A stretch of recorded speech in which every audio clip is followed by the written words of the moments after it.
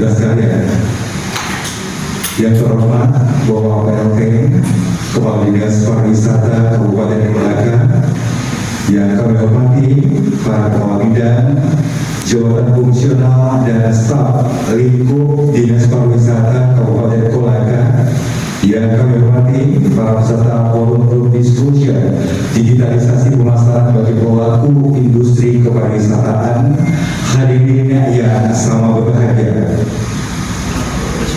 Acara forum group diskusi dengan mengambil tema digitalisasi pemasaran bagi pelaku industri kepariwisataan dimulai dan akan diawali dengan menyanyikan dan mendengarkan lagu kebangsaan Indonesia Raya.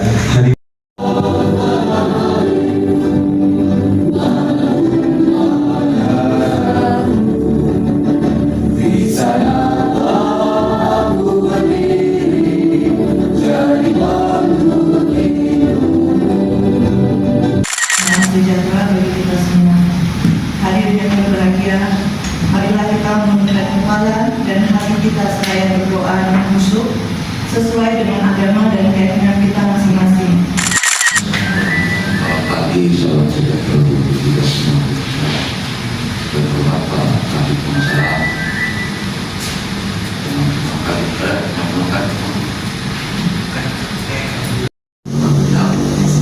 setelah bisa berdiri pada depan dalam program yang kita lakukan menjaga diri dari diskusi tapi bicara tidak lakukan kita tahu.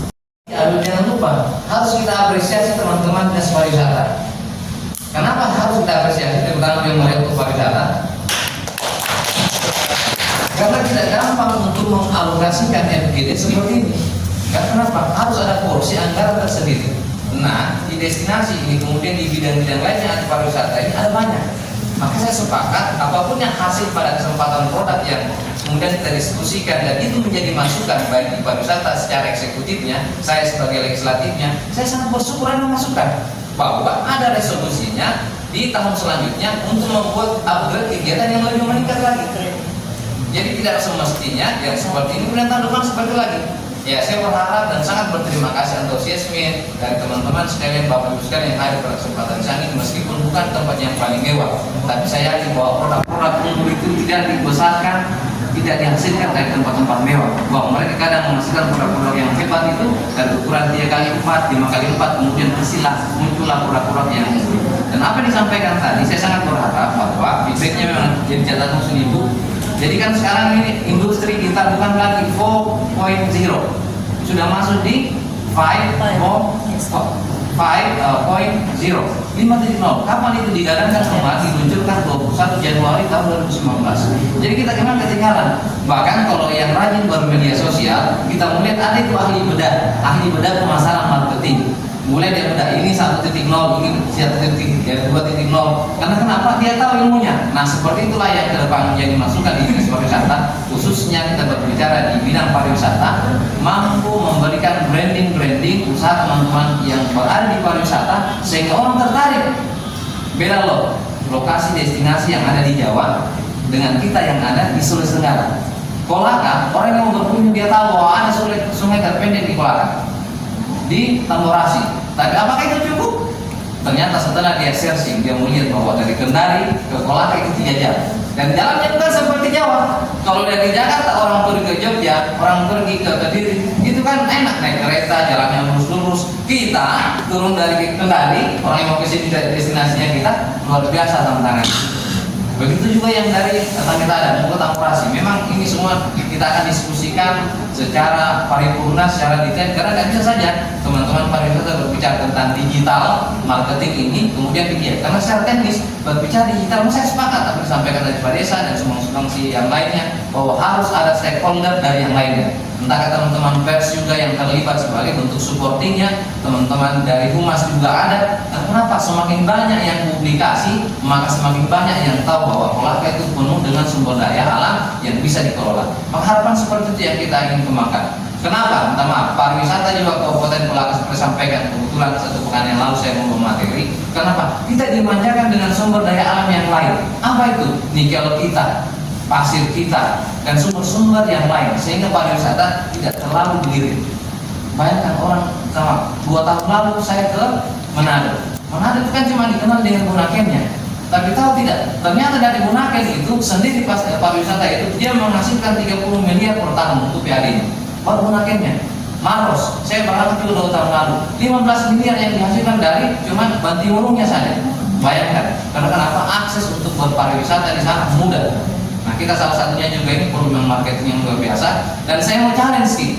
Ternyata tahun 2000, kita maaf ini teman-teman pariwisata, saya baru dapat info dari teman-teman Sulsel bahwa bukan lagi kok Tamborasi menjadi sungai terpendek. Sudah ada sekarang lagi Dilu yang terpendek. Nah, itu menjadi tantangan kita ke depan. Apakah kita mau tarik lagi bentangan sungai Tamborasi supaya lebih pendek atau bagaimana? Tapi harus kita bersyukur bahwa tahun lalu Kolaka, khususnya Tamborasi, mendapatkan anugerah ketiga terunik ke Indonesia. Apresiasi untuk teman-teman pariwisata. Jadi saya berharap ini Bapak Ibu sekalian, saya memang secara teknis saya akan menjelaskan tentang digital marketing ini. Karena saya tupoksi teknis. Kalau saya tidak kasih anggaran, saya tidak bahas anggaran, saya tidak ketemu. Saya tidak sepakat, tidak akan bisa turun juga apa yang diinginkan teman tambah di dinas pariwisata. Saya mau ambil contoh, saya sebut desa. Ada salah satu teman saya di sini, berkorban puluhan tahun banyak anggota DPR-nya, tapi tidak bisa dimasukkan.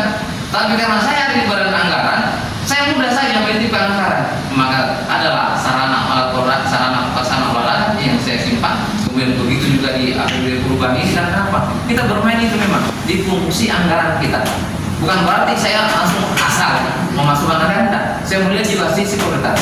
Karena kalau kita berbicara uang, maka ada RPJMD, rencana pembangunan jangka menengah, jangka panjangnya, dalam hal ini eksekutif, kabupaten, wakil bupati.